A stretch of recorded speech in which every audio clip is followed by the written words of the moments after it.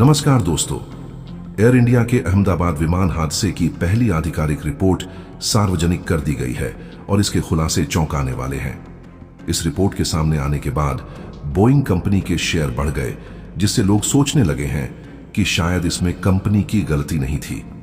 Report में pilot error यानी पायलटों की गलती की ओर इशारा किया गया है। लेकिन अब सवाल उठ रहे हैं, क्या मरे हुए पायलटों को दोषी ठहराया जा रहा है क्योंकि वो अब अपना पक्ष नहीं रख सकते? क्या ये कंपनियों को बचाने की कोशिश है?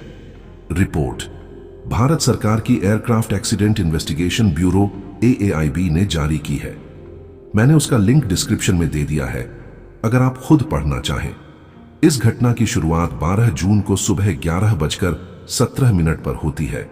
जब विमान दिल्ली से अहमदाबाद पहुंचता है, वहां पायलटों ने टेक्निकल लॉग में शिकायत दर्ज की। STAB-POS XDCR यानी विमान के पीछे के स्टेबिलाइजर पोजीशन सेंसर में दिक्कत थी। टेक्नीशियन ने 12:10 पर ठीक कर दिया और विमान को अगली उड़ान के लिए रिलीज कर दिया। अगली उड़ान के पायलट मुंबई के रहने वाले थे, जो एक दिन पहले ही अहमदाबाद पहुंच चुके थे और पूरी तरह आराम में थे। को पायलट विमान उड़ा रहा था, पायलट फ्लाइंग, और कैप्टन निगरानी कर रहा था, पायलट मॉनिटरिंग। दोनों ने उड़ान से पहले ब्रीथ एनालाइजर टेस्ट भी पास किया, यानी वो नशे में नहीं थे।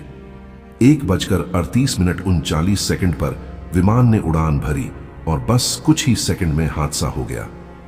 रिपोर्ट के अनुसार विमान के दोनों इंजनों के फ्यूल कट ऑफ स्विच एक सेकंड के अंतर से बंद कर दिए गए। इससे दोनों इंजनों को ईंधन मिलना बंद हो गया और इंजन बंद हो गए। इसके बाद एक पायलट ने दूसरे से पूछा, तुमने फ्यूल क्यों काटा? जवाब मिला, मैंने नहीं किया। लेकिन रिपोर्ट में इस बातचीत की बस यही एक लाइन दी गई है। उसके आगे पायलटों ने क्या चर्चा की, यह रिपोर्ट में नहीं बताया गया, जिससे और सवाल खड़े हो रहे हैं। अब कुछ लोग कह रहे हैं कि पायलट ने जानबूझकर विमान क्रैश कराया, यानी सुसाइड थ्योरी। लेकिन इसका सबसे बड़ा विरोधाभास यह है कि अगर कोई आत्महत्या करना चाहता तो स्विच को दोबारा ऑन क्यों करता?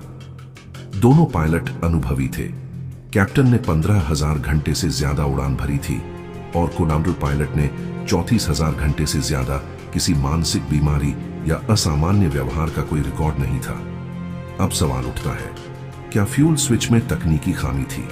2018 FAA, अमेरिका की एविएशन एजेंसी, ने बोइंग 787 विमान में खराब फ्यूल स्विच की चेतावनी दी थी, जो बिना खींचे ही मूव हो सकते थे।